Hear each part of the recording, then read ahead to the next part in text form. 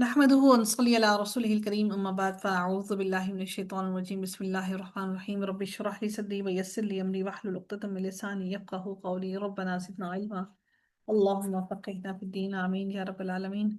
آغاز ہوتا ہے جی ہمارا سورہ انشقاق کا، اور اس کی تفسیر کو دیکھتے ہیں۔ اللہ رب العزت ارشاد فرماتے ہیں اذا السماء انشقت، اللہ تعالیٰ فرماتے ہیں جب آسمان پھٹ جائے گا، وَأَذِنَتْ لِرَبِّهَا وَحُقَّتْ، اور اپنے رب کا حکم سن لے گا، اور اس کو یہی زیبا ہے، اس کو یہی زیب دیتا ہے۔ یعنی کہ جب انسان اپنے رب کا حکم سن لے گا اور تمام کے تمام لوگ اللہ رب العزت کا حکم سن لیں گے، وَإِذَا الْأَرْضُ مُدَّتْ، اور جب زمین کھینچ دی جائے گی، جب زمین کو لپیٹ لیا جائے گا، جو زمین ابھی بچھائی ہوئی ہے اس کو کھینچ لیا جائے گا، ہمارے پیروں کے نیچے سے زمین کو کھینچ لیا جائے گا، وَأَلْقَتْ مَا فِيهَا وَتَخَلَّتْ، اور وہ اپنے اندر کی چیزوں کو باہر ڈال دے گی، باہر نکال دے گی، وَآذِنَتْ لِرَبِّهَا وَحُقَّتْ، اور اپنے رب کا حکم سن لے گی اور اس کو یہی لائق ہے۔ یہاں پر کس کو اللہ تعالیٰ نے فرمایا وَآذِنَتْ لِرَبِّهَا وَحُقَّتْ؟ کون اللہ تعالیٰ کی بات کو سن لے گا؟ اِذَا السَّمَاءُ انشَقَّتْ، میرا رب حکم دے گا آسمانوں کو، اے آسمانوں پھٹ جاؤ، ریزہ ریزہ ہو جاؤ، ٹکڑے ٹکڑے ہو جاؤ، تو آسمان پھٹ جائے گا۔ وَآذِنَتْ لِرَبِّهَا وَحُقَّتْ، اور یہ ہا جا رہا ہے آسمان کی طرف کہ آسمان پھٹ جائے گا اور اپنے رب کے حکم کو سن لے گا، اور اس کو یہی زیبا دیتا ہے کہ اپنے رب کا حکم سن کر پھٹ جائے، ٹکڑے ٹکڑے ہو جائے۔ اور جب اللہ تعالیٰ حکم دیں گے زمین کو کہ اے زمین تو کھچ جا، تو زمین سن لے، اور تیرے اندر جو کچھ بھی ہے وہ سب کچھ، ان تمام گناہ گاروں کو جو تو اپنے اندر سمو کر رکھی ہوئی ہے، ان سارے گناہ گاروں کو باہر نکال دے، تو زمین سب کو باہر اگل دے گی، اور زمین کھچ جائے گی اور اللہ تعالیٰ کی بات کو سن لے گی۔ وَأَذِنَتْ لِرَبِّهَا وَحُقَّتْ، اور اس کو یہی لائق ہے کہ وہ اللہ کی بات کو سن لے۔ اللہ تعالیٰ فرماتے ہیں اگلی آیت پہ مزید، یا ایہا الانسان، اے انسان، اے انسان، انک کادح الی ربک کدحا فملاقی، آسمان نے اللہ کی بات کو سن لیا، زمین نے اللہ کی بات کو سن لیا، جو اتنے طاقتور ہیں کہ انسان ان کی طاقت کو پہنچ بھی نہیں سکتا۔ تو اللہ رب العزت فرماتے ہیں کہ اے انسان، اے انسان، تو تو کس قسم کا انسان ہے کہ تو اپنے رب کی طرف چلا جا رہا ہے، بس تو اس سے جا ملے گا کہ تو اتنا زیادہ لاپرواہ ہو گیا ہے، اور تو اپنے رب کو راضی کرنے کے لیے محنت نہیں کر رہا، اور تو تیرا وقت کم ہوتا جا رہا ہے، تیرا وقت گھٹتا جا رہا ہے، اور تو اپنے رب کی طرف بڑھتا جا رہا ہے، کیونکہ تیری جتنی زندگی کے اوقات گزر رہے ہیں، یقیناً تیرا موت کا وقت اتنا قریب آتا جا رہا ہے۔ اور ہم کیا کرتے ہیں؟ ہم انسان وہ ہیں جو اپنی پیدائش کے دنوں کو مناتے ہیں، ہم اپنی برتھ ڈیز کو سیلیبریٹ کرتے ہیں، خوشیاں مناتے ہیں، اس چیز کو بھول کر کہ ہماری زندگی کے دن گھٹتے جا رہے ہیں، کم ہوتے جا رہے ہیں، اور ہم اللہ تعالیٰ کی طرف واپس جا رہے ہیں، اور ہمیں اللہ کی طرف واپس لوٹ کر جانا ہے۔ اور جب آسمان پھٹ جائیں گے تو ساتوں آسمان کے تمام فرشتے زمین پر اتر آئیں گے، اور تمام کے تمام جن اور انس جتنے بھی ہیں سارے کے سارے زمین پر اکٹھے کر دیے جائیں گے، اور پھر اللہ تعالیٰ اس زمین کو مزید وسیع کرے گا تاکہ تمام کے تمام انسان، جن و انس اور فرشتے تمام کے تمام اس زمین پر پورے آ جائیں۔ اللہ تعالیٰ اس زمین کو بالکل سیدھا ہموار کر دے گا، نہ کوئی اونچائی نیچائی کچھ بھی نہ ہوگی، بلکہ اللہ تعالیٰ اس زمین کو وسعت دے گا اور کھینچ کر سیدھا کر دے گا۔ جس طرح سے چمڑے کو کھینچا جاتا ہے، اسی طرح سے اللہ تعالیٰ یہی معاملہ کریں گے۔ رسول اللہ صلی اللہ علیہ وآلہ وسلم نے فرمایا کہ قیامت کے دن زمین کو اس طرح کھینچ کر پھیلایا جائے گا جس طرح چمڑے کو یا ربڑ کو کھینچ کر بڑھایا جاتا ہے، مگر وسیع کر دینے کے باوجود میدان حشر جو اس زمین پر ہوگا، اس میں اولین و آخرین سب جمع ہوں گے، اور اس میں ایک آدمی کے حصے میں صرف اتنی جگہ ہوگی کہ اس پر وہ اپنا صرف پاؤں رکھ سکے۔ ایک انسان کے پاس صرف اتنی جگہ ہوگی، اور ہم سب کے سب اللہ رب العزت کے سامنے کھڑے ہوں گے۔ وَأَلْقَتْ مَا فِيهَا وَتَخَلَّتْ،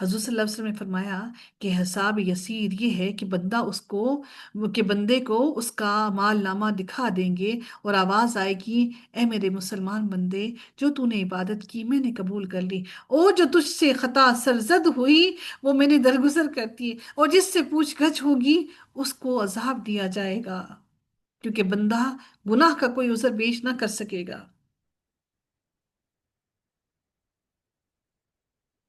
حضرت عائشہ سے روایت ہے کہ رسول اللہ صلی اللہ علیہ وسلم نے فرمایا کہ قیامت کے دن جس سے حساب لیا جائے گا وہ عذاب سے نہ بچ سکے گا۔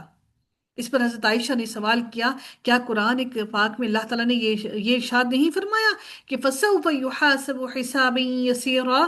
پھر حساب کے لیے عذاب کس طرح لازم ہے؟ تو آپ صلی اللہ علیہ وسلم نے فرمایا کہ جس کا ذکر آیت میں ہے وہ در حقیقت مکمل حساب نہ ہوگا، بلکہ وہ تو صرف ایک اللہ کے سامنے حاضری ہوگی، پیشی ہوگی، اور جس سے پورا پورا حساب لیا جائے گا وہ عذاب سے نہ بچ سکے گا۔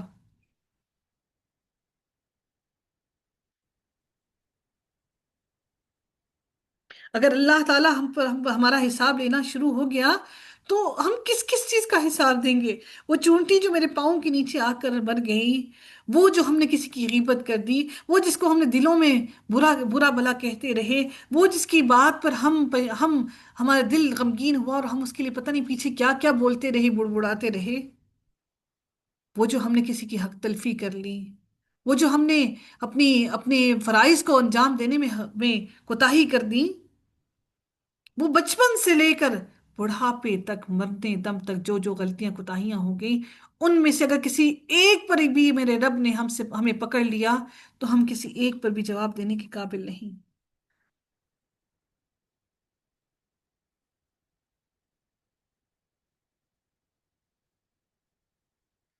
اور جس کا نامہ اعمال اس کے پیچھے سے دیا جائے گا، جو پشت کے پیچھے سے، کیونکہ مجرم لوگ زنجیروں میں جکڑے ہوئے ہوں گے، وہ جکڑے ہوئے ہوں گی زنجیروں میں، ان کا بایاں ہاتھ پیٹھ کے پیچھے بندھا ہوا ہوگا۔ جب زنجیروں میں جکڑا جاتا ہے تو کیا کرتے ہیں؟ جب ہاتھوں کو کف لگاتے ہیں تو کیا کرتے ہیں؟ ہتھکڑی باندھی جاتی ہے تو کیا کی جاتی ہے؟ ہاتھ پیچھے باندھ دیے جاتے ہیں۔ اس لیے نامہ اعمال بھی پیچھے سے دیا جائے گا، کیونکہ ہاتھ پیچھے کو جکڑے ہوئے ہوں گے، ان کے ہاتھوں میں پکڑا دیا جائے گا۔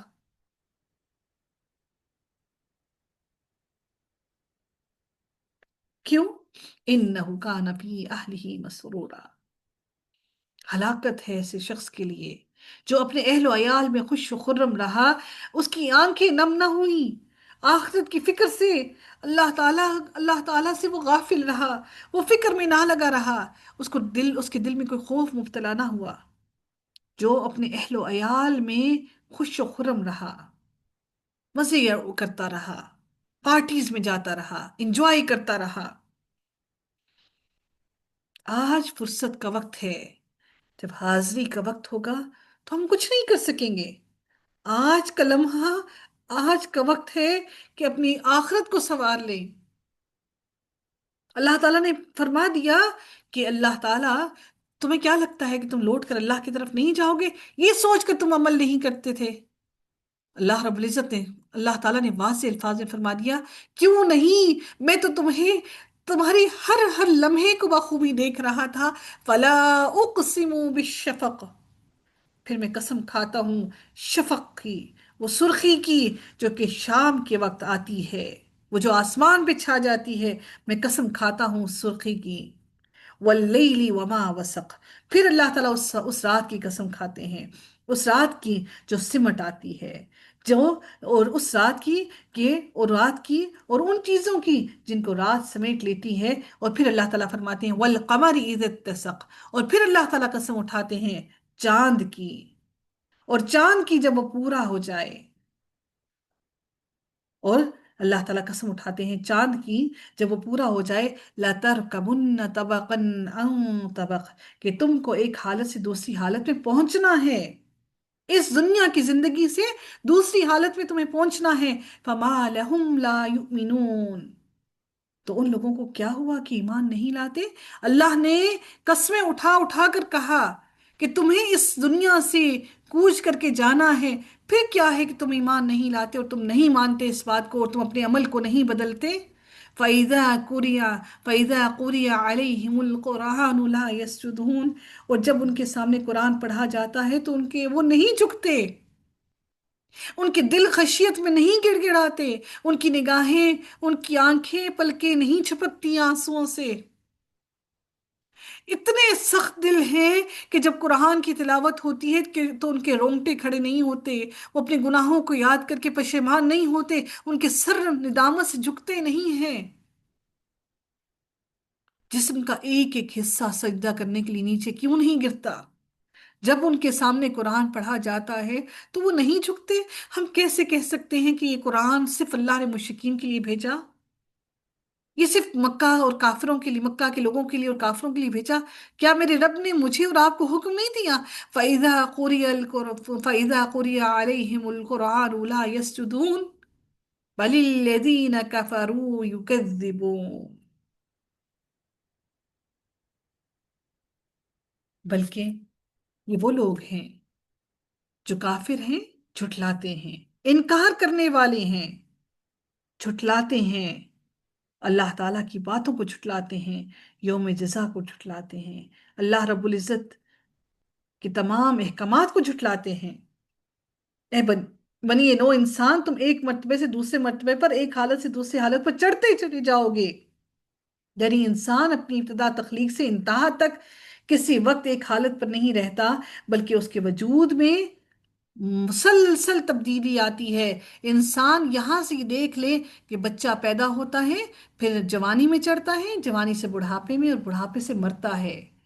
جس طرح اللہ تعالیٰ نے دنیا کے اندر انسان کو ایک سے دوسرے، دوسرے سے تیسرے، تیسرے سے چوتھے زندگی کا سفر بنایا، اسی طرح سے اللہ تعالیٰ نے فرمایا کہ یہ آخرت بھی اسی طرح ہوگی، کہ تمہیں اللہ تعالیٰ کے پاس واپس لوٹ کر آنا ہے۔ انسان کا خاتمہ ہونا ہے اور اللہ تعالیٰ کے سامنے حاضر ضرور ہونا ہے۔ انسان کی منزل وہ قبر ہے، وہ مٹی ہے جو انسان کی قیام گاہ ہے، جس کے لیے ہم نے، میں نے اور آپ نے کچھ نہیں کیا۔ ہم دنیا کے آرام، دنیا کے آسائشوں، دنیا کے اندر لگے رہے۔ ہم نے دنیا کو اپنا مسافر خانہ سمجھا ہی نہیں، ہم نے دنیا کو اپنی آرام گاہ سمجھ لیا، جبکہ اللہ تعالیٰ نے اس دنیا کو میرے اور آپ کے لیے مسافر خانہ بنایا۔ ہم کوئی موقع ہاتھ سے جانے نہیں دیتے کہ ہم کوئی ایسا کام نہ کریں کہ جس میں اللہ تعالیٰ کو ناراض نہ کرے، دنیا کو انجوائے کروا لیں۔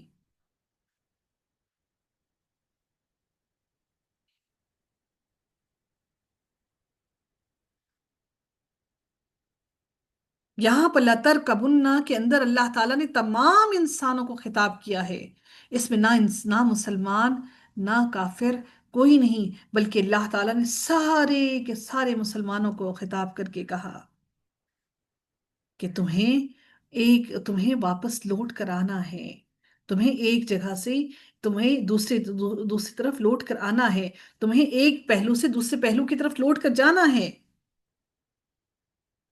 اس آیت میں جو سجدے کا حکم دیا گیا، لا یسجدون، اس آیت سے معلوم ہوتا ہے کہ قرآن سننے سے سجدہ، جو کہ کچھ کہتے ہیں کہ سجدہ واجب ہو جاتا ہے اور کچھ کہتے ہیں کہ نہیں ہوتا، تو کیونکہ آیت میں قرآن سن کر سجدہ نہ کرنے کے بارے میں کہا گیا کہ یہاں پر کہ ان پر جب قرآن پڑھا جاتا ہے تو سجدہ کیوں نہیں کرتے۔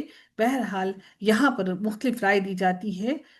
جو احناف والے ہیں، جو حنفی سے تعلق رکھتے ہیں، وہ کہتے ہیں کہ اس آیت سے قرآن کو پڑھ کر سجدہ کرنا واجب ہو جاتا ہے، جبکہ جو دوسرے فقہ سے تعلق رکھنے والے ہیں وہ کہتے ہیں کہ سجدہ واجب نہیں، لیکن اگر کیا جائے تو وہ بہت زیادہ مستحب ہے۔ اس آیت کو پڑھ کر، اس آیت کے بارے میں پڑھ کر، وہ لوگ جو کہ سجدہ تلاوت کو واجب سمجھتے ہیں، وہ کہتے ہیں کہ اس آیت کو پڑھنے کے بعد وہ کہتے ہیں کہ سجدہ تلاوت واجب ہے۔ کوشش کیا کیجئے کہ سجدہ تلاوت لازمی کیا کیجئے، اور اگر نہ کر سکے تو اس میں کوئی گناہ نہیں ہے۔ باقی واللہ عالم، اللہ تعالیٰ بہتر جانتا ہے۔ اللہ رب العزت مزید فرماتے ہیں بل الذین کفروا یکذبون، بلکہ وہ لوگ جو کہ وہ لوگ جنہوں نے کفر کیا، یکذبون وہ جھٹلاتے ہیں، اللہ تعالیٰ کے کلام کو جھٹلاتے ہیں، نہ صرف جھٹلاتے ہیں بلکہ رب کائنات فرماتے ہیں واللہ اعلم بما یوعون، اور اللہ کو خوب معلوم ہے کہ جو یہ لوگ جمع کر رہے ہیں، یعنی دنیا کے لیے جو کچھ جمع کر رہے ہیں اور آخرت کے لیے بھی جو کچھ جمع کر رہے ہیں، اللہ کو خوب معلوم ہے۔ فَبَشِّرْهُم بِعَذَابٍ عَلِيمٍ، تو اے نبی آپ ان کو اس دردناک عذاب کی خوشخبری سنا دیجئے، یعنی خوشخبری سنا دیجئے۔ تنزیہ طور پر کہا گیا کہ ان کو اس دردناک عذاب کی خوشخبری سنا دیجئے۔ إِلَّا الَّذِينَ آمَنُوا وَعَمِلُوا الصَّالِحَاتِ لَهُمْ أَجْرٌ غَيْرُ مَمْنُونٍ، لیکن وہ لوگ جو ایمان لائے، نہ صرف ایمان لے آنا کافی نہیں، ہم سارے یہ کہتے ہیں مسلمان ہیں تو مسلمانوں کے لیے جہنم کیسی؟ مسلمانوں کے لیے کون سا عذاب؟ اللہ تعالیٰ نے صرف قرآن کے اندر عذاب کو ڈرانے کے لیے کہا؟ اللہ نے فرمایا إِلَّا الَّذِينَ آمَنُوا وَعَمِلُوا الصَّالِحَاتِ۔ اٹ مینس کہ یہ ورڈ وا کا بتا رہا ہے کہ صرف ایمان لانا کافی نہیں، نیک عمل کرنا بھی لازم ہے۔ لہم اجر غیر ممنون، اچھے کام کیے تو ان کے لیے بے انتہا اجر ہے، غیر ممنون، بے انتہا اجر ہے جو کہ نہ ختم ہونے والا ہے، یعنی اللہ تعالیٰ اس اجر کو بڑھاتے بڑھاتے چلے جائیں گے۔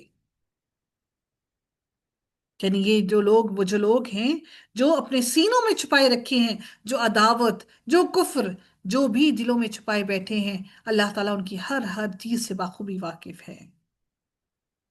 اللہ تعالیٰ سے دعا ہے کہ رب کائنات ہم سب کو راہ راست عطا فرمائے، اور راہ راست عطا کرنے کے بعد اللہ تعالیٰ مجھے، آپ کو، ہمارے اہل و عیال کو، ہم سب کو استقامت نصیب فرمائے۔ اللہ تعالیٰ آپ سب سے راضی ہو، ہم سب سے راضی ہو، ہمارے آنے والی نسلوں سے راضی ہو جائے۔ آخر دعوانا الحمد للہ رب العالمین، صلی اللہ تعالی علی خیرہ خلقہ اجمعین برحمتک یا ارحم الراحمین۔ سبحانک اللہم و بحمدک، نشہد ان لا الہ الا انت، نستغفرک و نتوب الیک۔ السلام علیکم ورحمۃ اللہ وبرکاتہ۔